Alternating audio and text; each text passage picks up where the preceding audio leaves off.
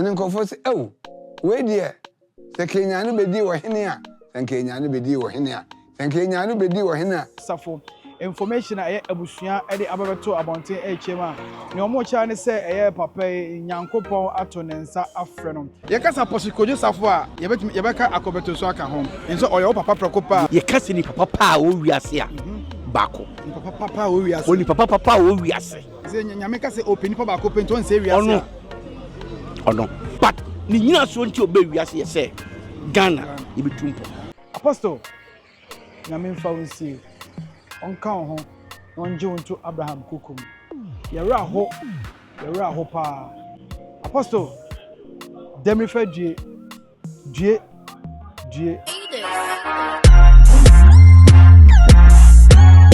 Lemfi asa aka omuhu biem Poleeno there make I just suggest download Lemfi na use a free nay ekosi 9th of September Lemfi says so use Lemfi they send this guy about $50 €50 £50 or chow 2% cashback straight and so we'll send this guy come on for now we home percentage Lemfi pay and app a bit to me aye and to just go straight on your Google Play Store and I say iOS never download the Lemfi kai say Poleeno me na make catch you to be use promo code Poleeno Poleeno Lemfi can surprise you anytime and to just download Lemfi next start to use Lemfi na enjoy Nepal Lemfi edema the lovely customers. Well, the show be a Poleeno Multimedia. Meaning, the fresh boy Papa J. And I know Kasana pay yo mention in few and then asante hima and then you didn't to perform a 4-day funeral rites. And you know, started and then 14th, I was the 18th of September. Inti anope na bibia asha sia preparation negusua ekoso na yewahana na news bi ahete Ghana nti na wo se ye ba na yenso ye de betu dwama Ghana fo ho ebia na obi nte nti yenso e de ba betu dwama ma hu de asan si ewo oman Ghana mu August September nyama esisi no ano edem pa but before say ye de asi e betu dwama so wo Canada wo UK wo Germany wo Italy wo Portugal wo Spain wo Europe send this car use Lemfi never send this car Lemfi say send this here until she o the brebusia for use promo code Poleeno obetimi dey akomomo so and I say o bank account so Lemfi kwa na o send this car or sign ema cashback into Play Store Apple Store na the Lemfi app no never send the sika uvia no ko YouTube and just both films on YouTube and they are roommate Angie's Condos episode 7 betom into na ko hwe bi na afi no never sua idea bebre efrim and then you say I hate Ghana say Kristo Asafo Sofopanyi Kofabaya Kantanka Automobiles Apostle Dr. Kwadwo Sarfo information abusua de ababeto abonten echema ne omo cha ne se papa nyankopon ato ne nsa afre no na omo ankyere Akroboto a esi ne omo che se papa no ofirimu asundue mu ofirimu asundue mu okodae no wansore a je se nyankopon frɛ no bɔkɔ enye bibia ne siye nyankopon efrɛ ne bɔkɔ amene o kasa ide abusua na gya tum sampa Apostle Dr. Kwadwo Sarfo waye nyankopon dia na nyame ato ne nsa afrɛ na onka atiasefo ho biom very very sad story I hate Ghana power here for some time now gallant pa na efri mu ewo Ghana na abusua no describe Apostle Kwadwo Sarfo omo chese oye gallant son oye obi a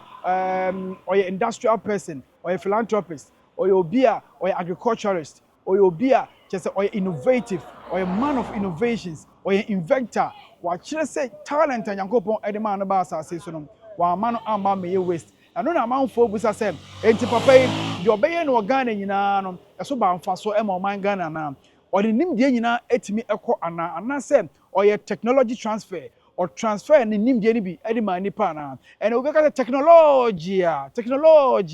papa ni obi e ba na technology wa ben papa oboni nsem na TV kasa o kasa dum na dum o kasa so na so ono na ne car ko reverse kasa me ba mechi o kanta ka twe ho anya sa me bow me ba mechi o kanta ka twe ho papa na very innovative man was show the talent the star of Africa and papa na wa free man ye celebrate no ye celebrate because wa ba be ya de bebre e de abora o man Ghana wa ye ne ma bebre e de abora Africa na mo botaye sire ne so a ɔyɛ sɛ nka ɔde bɛboa Africa na nka Africa tumi afa ne ntoma pɛfra no saa botaeɛ no ɛna megye sɛ wanyɛ nwie nanso yɛsɛ nipa bɛyɛ bi wamma mmɛyɛ ne nyinaa baabi a papa yi ne kra ɛwɔ bia Nyankopɔn fa ne kra ɛnsie yie na ɔnsan nyi obi foforɔ te sɛ Apostle Kwadwo Sarfo ɛnsan ɛmfa ɛnom ama Ghana da bia no ɔka sɛ si enya ne so nipa mmienu sei ɛwɔ Africa wɔ ha ɛnka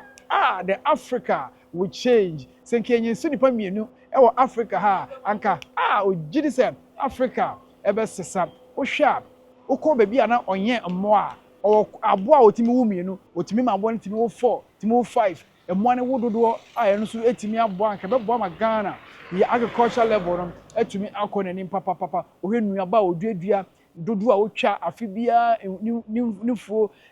production a yɛde ba no na ano ɔden papapapa kyerɛ sɛ papa no obi anka sɛnka ɛnyɛ dependency ni nneɛma bi a ɛkɔ so ɛwɔ wiase m sɛ ya na ɔsɛ nka yɛn Ghana deɛ nka yɛ patronize papa no nneɛma na nka yɛhyɛ ne kutupa anaasɛ yɛsɔ ne mu na papa no ɛyɛ nneɛma bebree ɛde boa ɔman Ghana nanso na do time bi a sunsun pɛ honam no yɛ mmerɛ deɛ ɔno nso bɛtumi ayɛ no otumi ɛyɛ wɔyɛ nneɛma bebree yɛka sɛ yɛka wontumi ɛnka nanso so deɛ Nyankopɔn ɛde na bɛdu ɛwɔ abrabɔ mu ama Ghana no ɔbɛyɛ nhyira ɛde ma ɔman Ghana obeye nhyira ɛde ma wiase ɛne Africa enti no Apostle Kwadwo Sarfo Nyankopɔn ɛmfa ne kra ɛnsie yie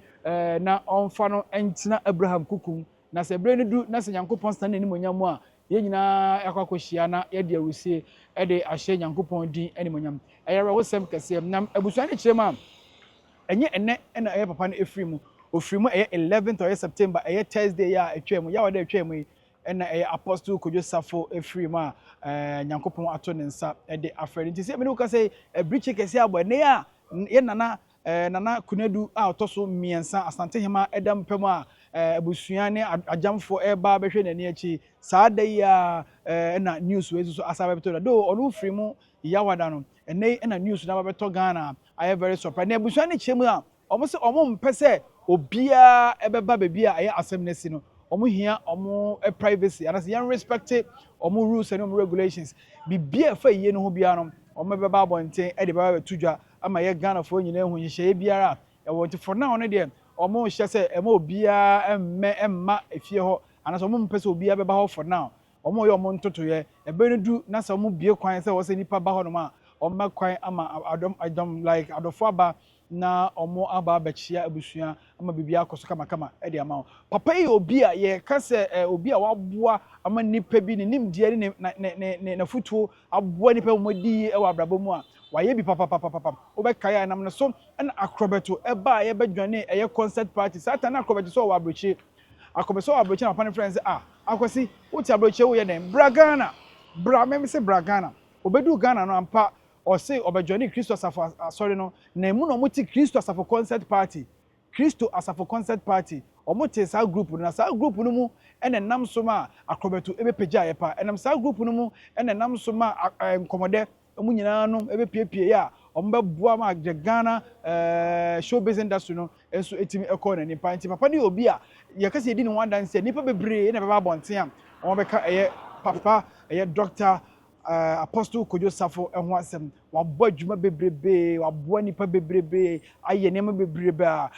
yɛbɛtumi aka sɛ ɔyɛ obi a nka ne wuo mu no na nkeni kwasɛm ka yesu ɔsɛ nka yɛyɛ dɛn yɛ celebrate no ɛwɔ nneɛma a ɔba asase so ɔba ɔbɛyɛ ne mfie akɔ anim bebree ne mfie akɔ anim na nka yɛsrɛ nkwa tenten ɛde ama no nanso so Nyankopɔn no ɔntaa ma ne ma mmerɛ bebrebe nti wato ne nsa afrɛ no a yɛsɛ Nyankopɔn sɛ ɔmfa no ɛnsie yie na yɛtwa abusua n'anim ɛda wɔn bɛyɛ na wɔtwe da ɛda wɔn bɛyɛ yie edutoyɛ bi a ɛwɔ bi a wɔn bɛto dwa yɛn nso so yɛ mama so ɛnsi ɛwɔ ho yɛbɛba na yɛde aba bɛto dwa ɛde ama mo na mo so mahu deɛ ɛkɔ so biara no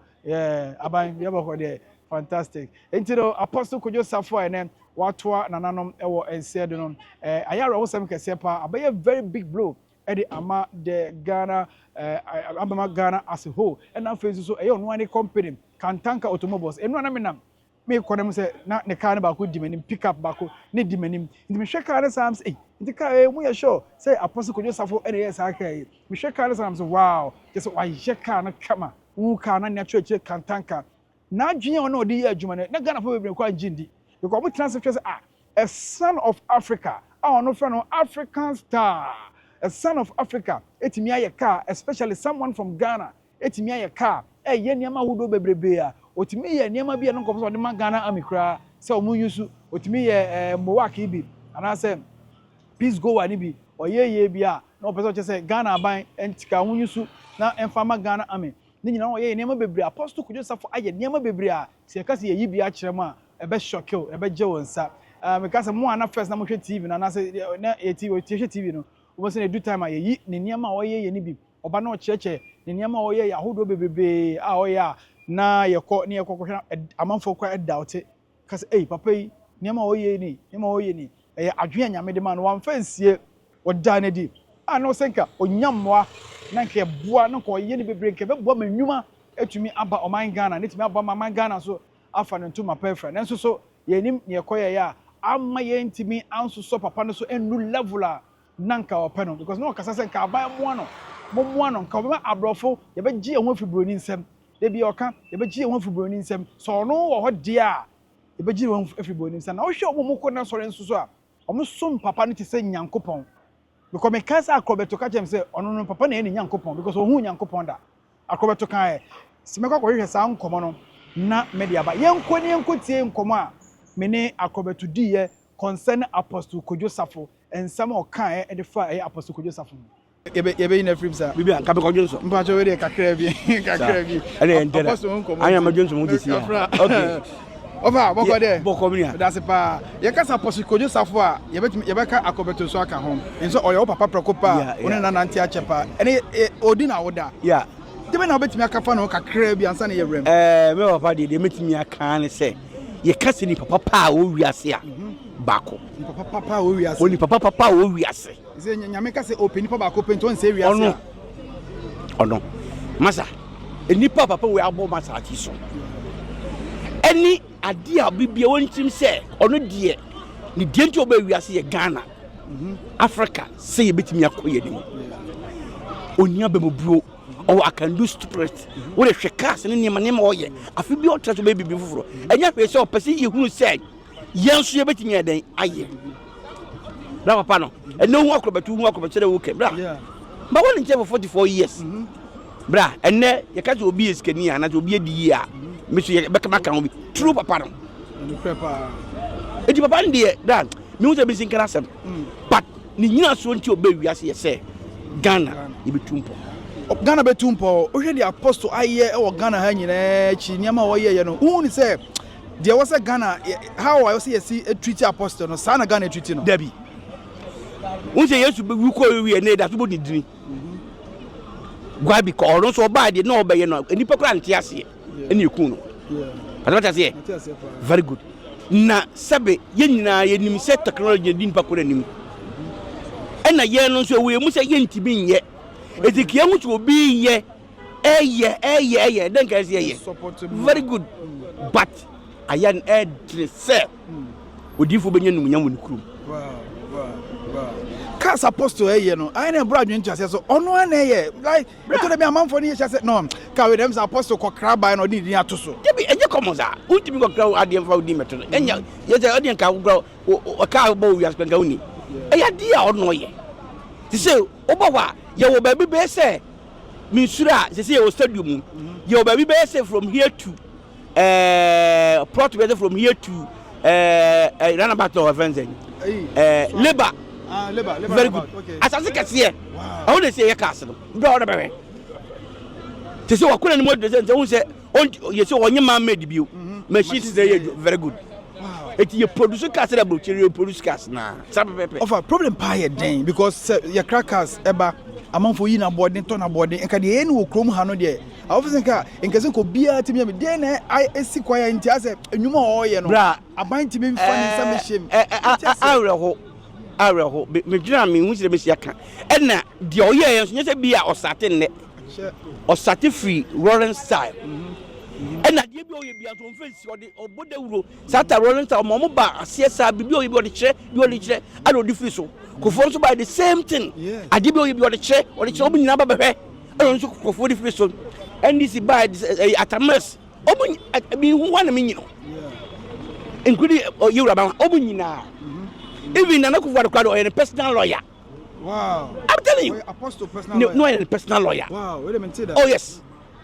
Eto mu nyen nim no ade o ye bia empelifo organ bia politician fo bia nim de o ye ka o ye on fa bi nkoma politician yes on fa bi ma FS soldier fo wa ma ayi otumfo bi wa ma ochi hini bi yeah bra ede be bio but minim se ebre baba yeah wow wo hwe sinitwa kwa so abon homode mu nyina meka wo the lives of the late Akroboto nkomode mu nyina ma facha me the late Akroboto mwa nyambetu akapa facha me nyankoe ofa nyankoe wo de David nkomode any others concert party krampo no social nkomo Akroboto edi efa apostle Kwadwo Sarfo you can see say papa ni obi a waboa na papa na emmoa apostle edi aboa di pa na meka say enyo na sori mane na busua nko a nemom Ghana as a whole Ghana hwade Kristo Sarfo ma hwade na busua hwade Africa ahwade na wiase nyina nso so ahwade menim say niam na apostle ye no edu ba bi mpo no na abrofo ni eba hwe say an African man etimi yesa niam we dia na kese na Africa na ye wani da so nenso so ni papa ne ye sen ko be ye e de abo Ghana ne Africa no sabotage me nyi ni say ni nyina etumi eba mu e de ema no apostle nyame mfa wonsie onka ho onje wonto Abraham kokum ye ra ho pa apostle demrifa die ne amane hunu